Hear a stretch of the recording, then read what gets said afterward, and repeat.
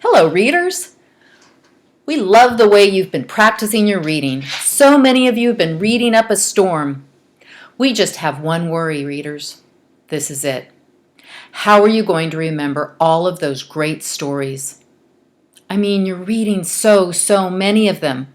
I'm worried that later you might look back at one of those books and think, I don't remember what happened here. Wouldn't that be such a sad thing?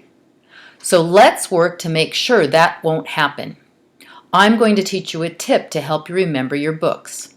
Today, I want to teach you that the best way to remember a book is to tell someone else about it.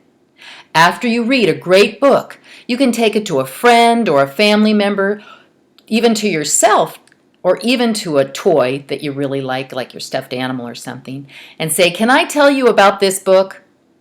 And if you've marked some of the important parts, it will help you remember what happened. Okay, so let's look at how to get out Post-its and a book and mark the important parts to remember how to retell a story. Let's see. Here's Iris and Walter and the field trip. And let's find out, let me see, what was the first important part? Probably when they found out that they were going to go on the field trip. So we're going to mark that page with a Post-it. See that? So that we can remember it. And then, let's see, they talk about the field trip, but then they actually get to go on the bus and go on the field trip. So that's a really important part. So we're going to put a Post-it there too. Right there. So you can still read the words and it's sticking out so that you can find it easily. Let's see. Then they're on the field trip. I suppose the next important part is where Walter gets lost. That's a very important part of the story, isn't it?